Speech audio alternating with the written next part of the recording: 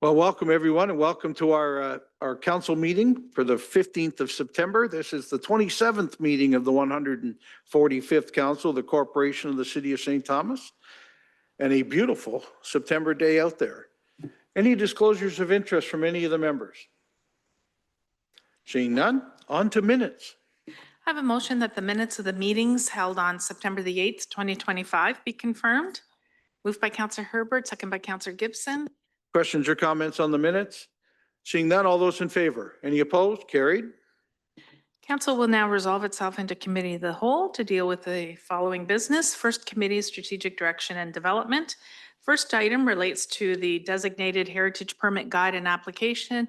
I have a motion that report CC 1125 relating to a designated heritage permit guide and application be received for information, and further the council adopt the designated heritage permit guide and application. Moved by Councillor Wookey, second by Councillor Taylor. Questions or comments on the report? Seeing none, all those in favor? Any opposed? Carried. Next item relates to CIP project for the property at 76 Roseberry Place. I have a motion that report PD 4125 relating to a community improvement program grant for 76 Roseberry Place be received for information, and further the council direct that a bylaw be prepared to enter into a community improvement program grant agreement with Alexander Willem Zulu relating to CIP application 2024-140. Moved by Councillor Kohler. Seconded by Councillor Wookey. Questions or comments? Seeing none, all those in favor? Any opposed? Carried. Next item relates to the process for housing sites and land acquisition policy for city-owned land. I have a motion that reports CMO 3925 relating to city-owned land process for housing sites and land acquisition policy be received for information, and further that the real property acquisition policy attached to report CMO 3925 be approved. Moved by Councillor Herbert, second by Councillor Clark. Questions or comments on the report? Councillor Wookey, then Councillor Peters. Thanks, Your Worship. Just a comment and question. I'm really pleased to see this mechanism be put in place to provide us some guidance, and that we're gonna have something, because I really believe we need to be land banking. So I like the fact that talk not just about sites for affordable housing, but other sites that are of strategic importance to us. I got one question. I don't know if Lou will be able to answer this at this point, but I was thinking, when you are looking at buying land and measuring it against your strategic goals, we have a lot of master plans going on, like parks master plans. We have master plans going on that aren't necessarily, I guess eventually they're embedded in the official plan, or how does that work, Lou? Are all master plans eventually folded into the official plan? Because, for instance, let's say there's a parks master plan that maybe misses the update for the OP, but it is a guiding principle. And then we face a situation where we might want to acquire land for something recreation-wise or whatever. I guess my question to both of you is that would that count as a strategic alignment, or does it all have to be in the official plan? Thank you. Please. No, through your worship. No, that's a very good question. And I think once with all the studies that we're doing, and you cited a great example there with the recreation master plan, similar to the transportation master plan like we're doing now. Those will be standalone documents that are on our website that we have to have regard for in every decision that we make. But we do take key policy recommendations from each one of those studies, and we do embed them into the OP, into the official plan, so that as we're planning for projects, as we're reviewing various development applications, we make sure that we have regard to those policies. So they are embedded in our OP. They're also tied to our strategic plan. A lot of those policies fall in line with the strategic plan. So once they're form part of the transportation master plan or the recreation master plan, we then have key performances that we have to do as part of our strat plan to implement those. So just a quick way to sort of answer that, but I think Brandon is going to follow up. Yes, thanks, through your worship. Just to supplement, the short answer for the acquisition policy is yes. So in section 7.1 of the policy, it talks about master plans. So any council approved master plan, like a park master plan, would provide that direction. But you're right, the parks component has come up specifically. So there's also a section 8.6 that talks about parkland and provided through the city's official plan and any parkland, master plan, trail plan, policy, bylaw, or need assessment. Great. Counselor Peters, then Counselor Clark. Thanks very much, Your Worship. Under the review process, is there a way that we can lock in some lands and just say, look, these aren't ever going to be developed? I think of, you know, and I'm thinking of future councils, and I can think of a stretch of property. I think it's on Parkview, just off of Elm. And at different times over the years, oh, well, maybe we could sell that off for development, be prime real estate lots. So that's my one question is how do we ensure, or is there a way to ensure that we protect sites? The other under the review process that I wonder about is sites that aren't developable, that as we identify, create this inventory, and I'm going to go with community gardens.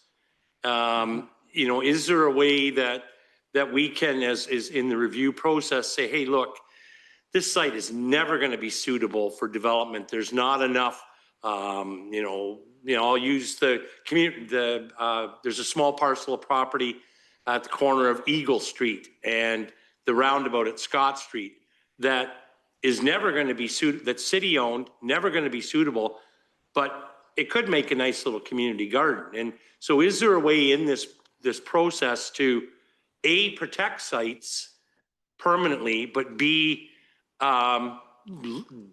designate sites that could be suitable for other purposes like a community garden? That's a great question. Through your worship to the councillors. So maybe I'll direct your attention to attachment A of the report and on page 3 of that. So one of the early parts of the process is about identifying the land categories and the land types. And so just as you indicated, there may be land, there's a lot of land that the city owns, first of all, and some of it may be public works, it might be infrastructure, it might be parking, it might be buildings.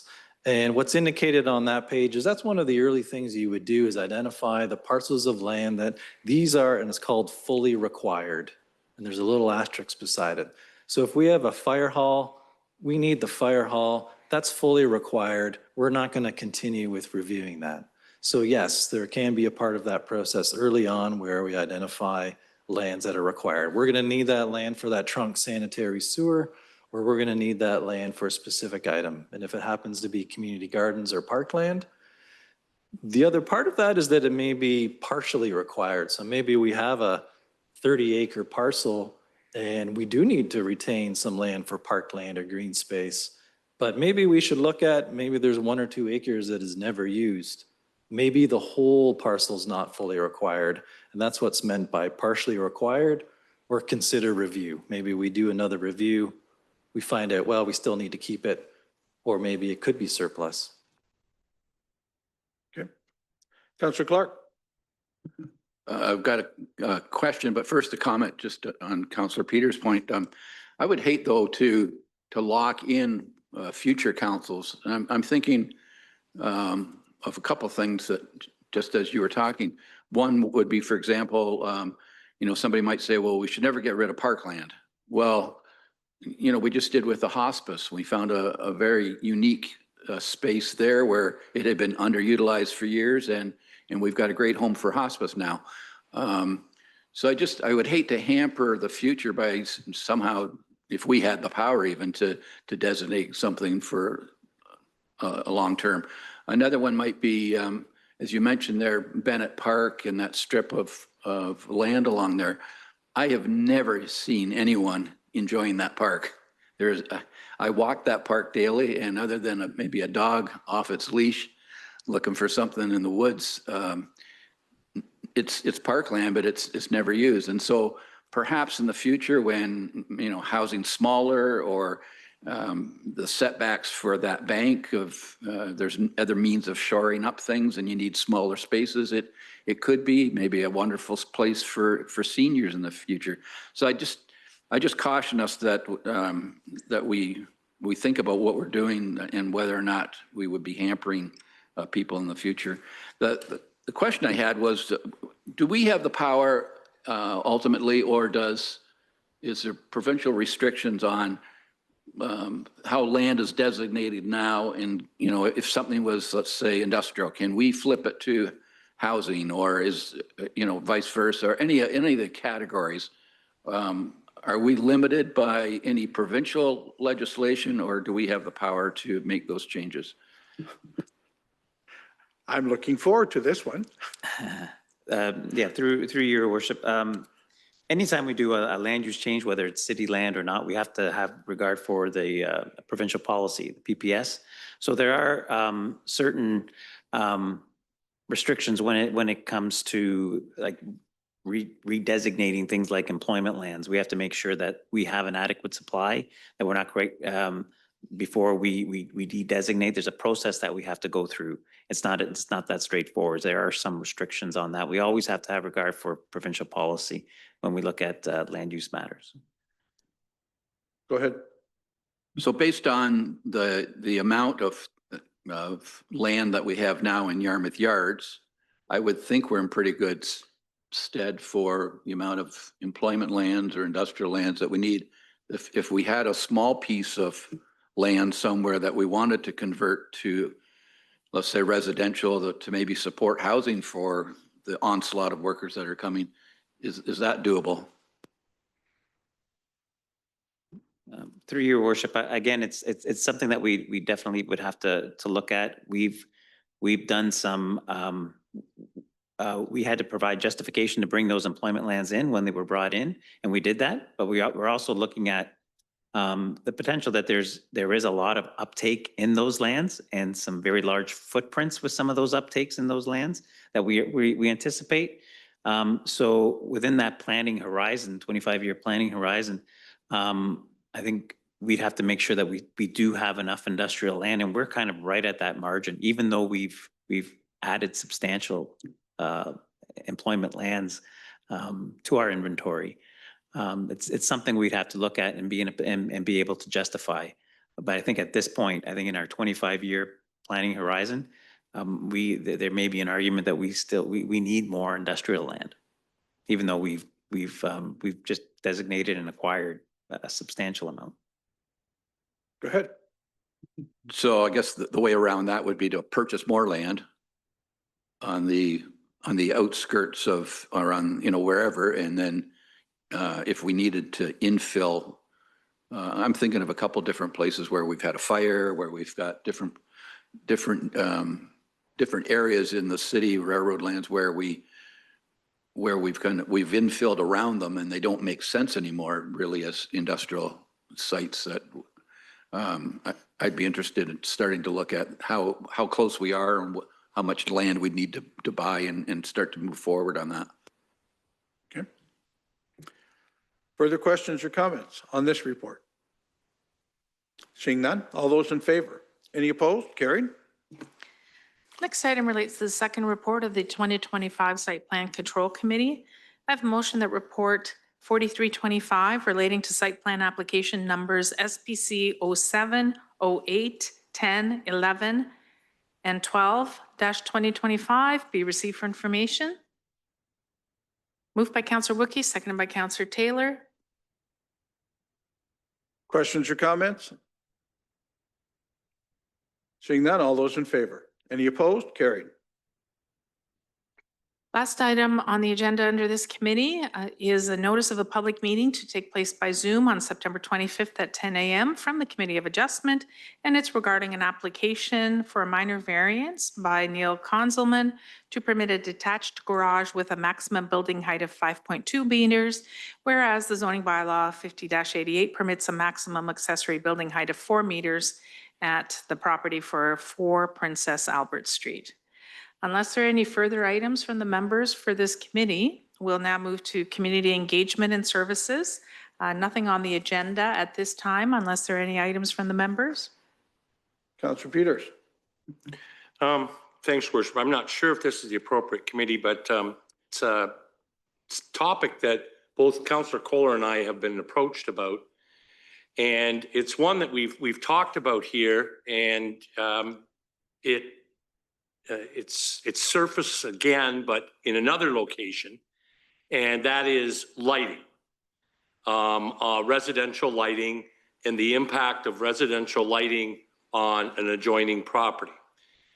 And the issue and I agree, is with this evolution to LED lighting. The light coming off an LED light is a lot different than the old incandescent light. And I know when we had this discussion in the past here, the lighting, it was, everything seemed, we could do what we could do. But I just wonder again with, and Councillor Kohler may jump in because I know he's got another example. If there's an opportunity that staff could take a look at this issue to see if there is anything new that's out there. And if there is, perhaps they could take a more in-depth look at it. Anyway, I'm going to turn it over to my colleague through you, Your Worship. Great. Thanks. Councillor Kohler on this, and then. Yeah, thanks, Your Worship. I've happened to witness the area, and the light certainly is bleeding into the neighbor's property. And I know in the past, we've actually been able through our bylaws to approach the people and have them adjust their lights, and they've done it. And I don't know if it was through an order or if they just did it because there'd be a nice, but I'm pretty sure it was a request from the city and an order to have it done. So hopefully maybe there's some more teeth in some of the provincial things that have been coming forward, but I for one wouldn't want to be trying to enjoy my backyard and having, like, I don't think the airport lights are as bright as these sun ones. So hopefully we'll be able to do something to help with that. But I know we have done it in the past. So hopefully we can look at that and come back with some sort of tool where we can regulate this a bit. Thank you. Mr. Pompili, I think it was you that we sicked on this one the last time. And I remember you having to talk to neighbors and some other things. If I'm wrong, please correct me. But did we at that time establish at least a procedure or protocol? Yeah, yes, through Your Worship. Yeah, the one involvement I had recently here was there were complaints made, and staff would investigate. A lot of times that would involve investigating in the after dusk. And there's various options that staff would have. We'd be real open to look at this particular these properties. A lot of times the issues can be resolved with a simple conversation, like directing the light downward away from the neighboring property, or switching away from an LED or something that isn't as much of a nuisance on a neighboring property. So there's opportunities for staff to visit the site, and we have in the past had conversations with the owners to see if there is a way to reduce that impact. But otherwise, I think in the one example that we had, we did engage with a lighting professional to kind of help make that assessment of impact. And if it gets to something like that, if there's no cooperation between the neighbors, sometimes there isn't. But our preference is to always have that engagement and try to find a compromise that'll work, whether it's even timers on lights, redirecting the light, just trying to take steps to minimize it so that there isn't that nuisance on neighboring properties. And we have our bylaws are sufficient enough, or at least we think they are, in terms of dealing with those impacts. And if they're not, it'd be a good opportunity for us to look at that as more lighting. Lighting is becoming more intense as people are switching to LED lights. So we'd be happy to look at that for you. Well, thank you. And I'm not trying to find you more work, but so a citizen that has an issue of a neighbor's bright light of some through our customer service system, and then it would get to the appropriate department. Yeah, through Your Worship, I think that's the appropriate step to go, is to go through customer service, and then it would get directed to the appropriate staff, who would then do their review. Super. Okay. Anything, so on the issue that was just brought forward, that would be one route, or the two of you talking to Lou and, okay, great. Your worship, unless there are any further items under community engagement and services, we'll now move into infrastructure and civic operations. First item relates to the tender award for the St. Thomas Municipal Airport Hangar Maintenance Garage Addition. I have a motion that report CC 10-25 relating to the St. Thomas Municipal Airport Hangar Maintenance Garage Addition tender award be received for information. And further, the council approve the award of this tender to PK Construction Incorporated in the amount of $525,637.29, excluding HST. Moved by Councillor Kohler, seconded by Councillor Gibson. Questions or comments on the construction? Councillor Taylor? Could I just maybe get an idea of how big this garage is? Do we know how many square feet of a garage is being built, just for my personal information? Your worship, we do have the airport superintendent, if he can just switch on his video and his audio. Yes. Mr. Arndt, are you there? Hey, Dale, are you watching? Oh, he's on a phone. Okay, so I think that's *9, but I'm not. Yeah.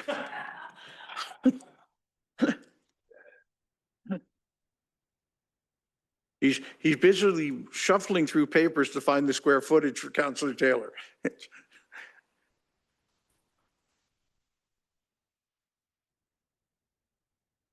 Can you hear me now? I can. I hear you somewhere. Okay. Yes. Yeah. The square footage is it fits the same footprint as the additional building. It is a modest addition of 42 feet by 40 feet, and it includes one bay with a double door. Okay, great. Further questions on the report? Seeing none, all those in favor? Any opposed? Carried. Thanks, Dale. Thank you. Unless there are any further items under infrastructure and civic operations from the members? I have Councillor Peters. Thanks, Your Worship. There's an interesting article in the Toronto Star yesterday on Green Lane landfill. And Green Lane is going to reach capacity in 10 years. City of Toronto is studying options. It appears that there may be some opposition, or a great deal of opposition, to expansion of Green Lane. But Green Lane is our landfill site. When we went through the period of 1990 of no landfill, shipping garbage to the US, and then finally McCaig's were able to get their certificate of approval and reopen, and then 2007, the landfill sells to the City of Toronto, but we were allocated capacity in that. And some may say, well, that's 10 years out. Well, it took the McCaig's and our city administrator knows this very well, a long time. So I just wanted to flag it, Your Worship. I gave Kevin a heads up that, I think that this is something we need to find out where Toronto is going with this, because if Toronto is going to go and site a landfill someplace else, where are we going to be in 10 years' time? So it is 10 years away, but at the same time, I think we just need to understand what's happening, where things are going. Toronto, is even talking about, they're looking at the incineration option. So anyway, I just wanted to flag that with Kevin and just say, hey, look, this is one we better tuck away and start thinking about what happens in long term, especially, with the growth projections that we have as a community itself. And if for whatever reason Toronto says they're going someplace else, then that means we've got to consider getting a process going. And I would think that would be in conjunction with the County of Elgin. If you want to reborrow all my waste management studies that take about 4 cubic meter boxes full of stuff that Steve Janes and Andy Wright did all those many years ago. You're welcome to it. But anyway, it's just one that struck me when I read that article on Sunday. Thanks. So Kevin, okay if we hand this to you to come back to us in, you know, a fairly short period of time with what our options might be and what we would think of at the time? Okay, great. Next item. Your worship, unless there are any further items under infrastructure, we'll now move into corporate governance and administration. No items on the agenda at this time unless there are any items from the members. Seeing none. Council will now reconvene into regular session. I have motion that the recommendations, directions, and actions of council and committee of the whole, as recorded in the minutes of this date, be confirmed, ratified, and adopted. Questions or comments? Oh, sorry, moved by Councillor Wookie. I didn't get a seconder Go yet. ahead. Seconded by Councillor Taylor. Questions or comments?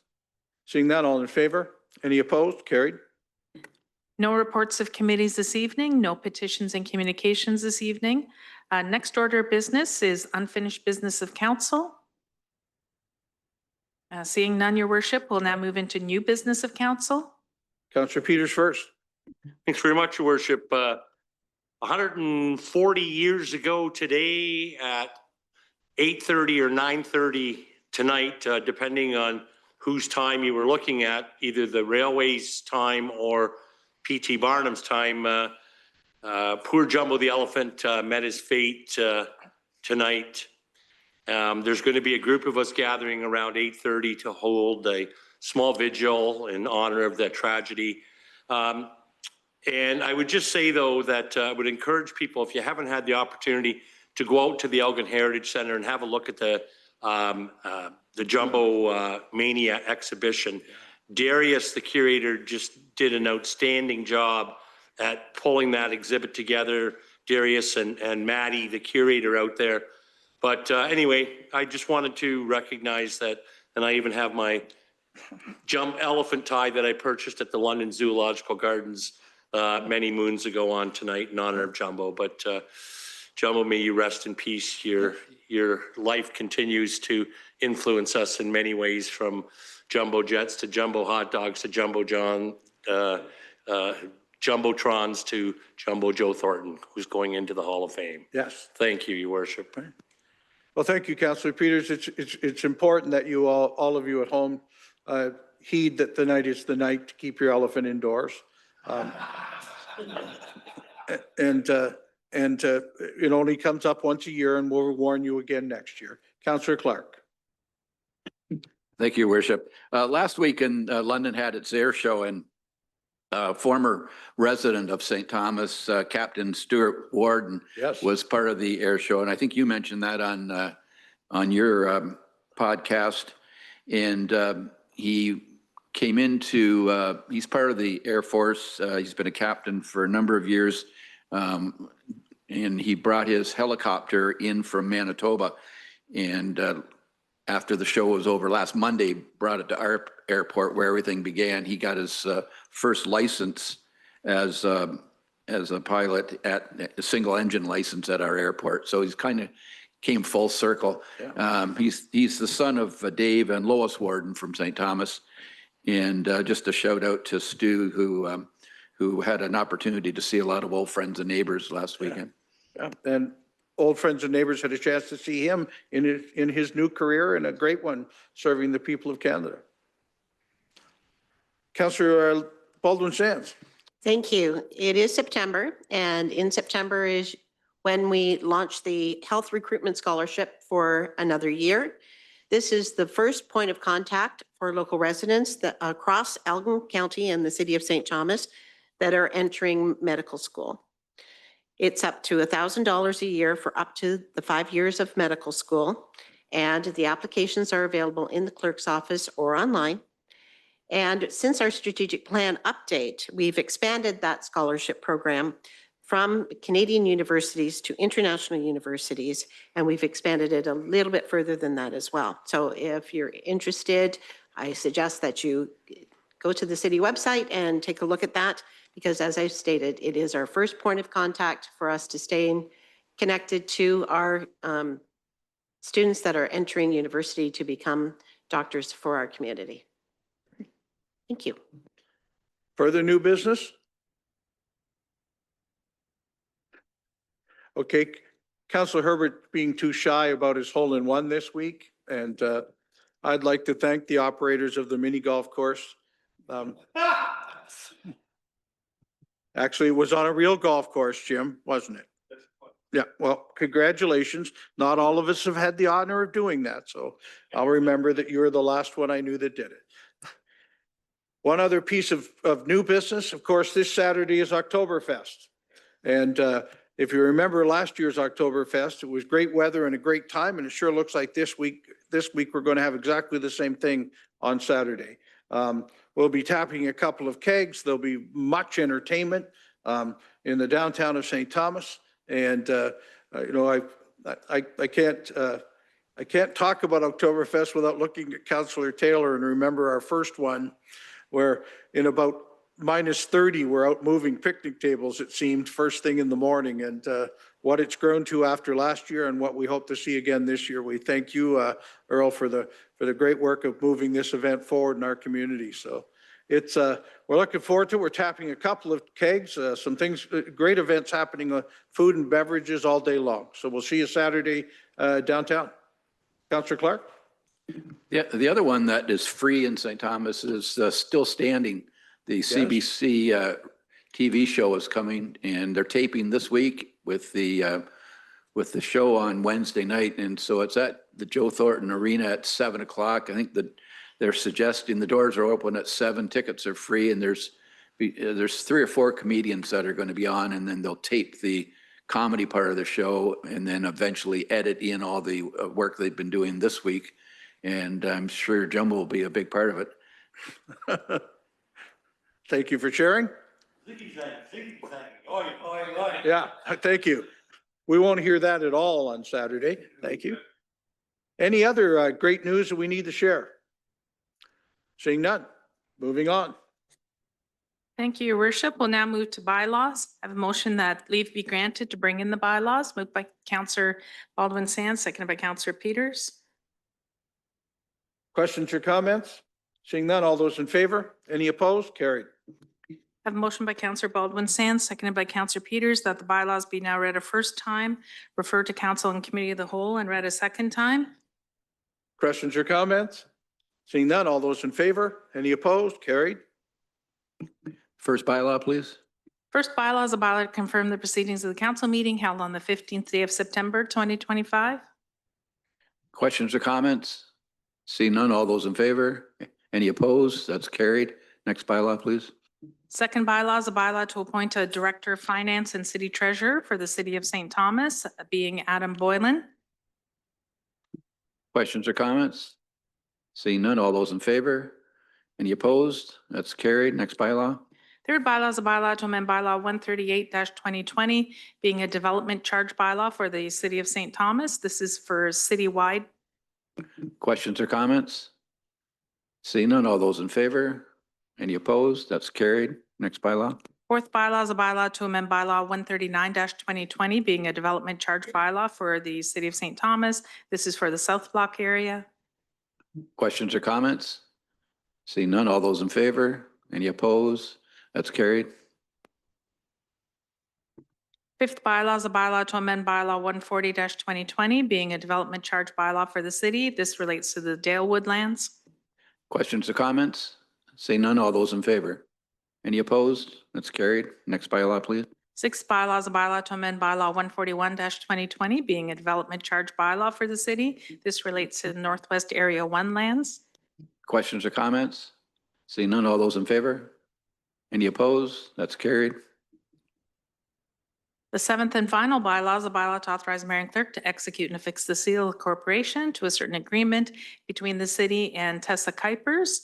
This relates to a grant acknowledgement agreement under the Community Improvement Program for the property at 4 Scott Street. Questions or comments? Seeing none, all those in favor? Any opposed? That's carried. I rise and report the successful passing of 7 bylaws. I I have a motion by Counselor Baldwin Sands, seconded by Counselor Peters, that the report of council and committee of the whole on the 7 bylaws be received and adopted. The same be read a third time, engrossed, signed by the mayor and clerk, sealed and numbered. Questions or comments? Seeing none, all those in favor? Any opposed? That's carried. No public notice this evening, no notices of motion, and no need for a closed session. At this time, I have a motion for adjournment by Counselor Clark, seconded by Counselor Gibson. Questions or comments? Seeing none on adjournment, all in favor? Any opposed? Carried.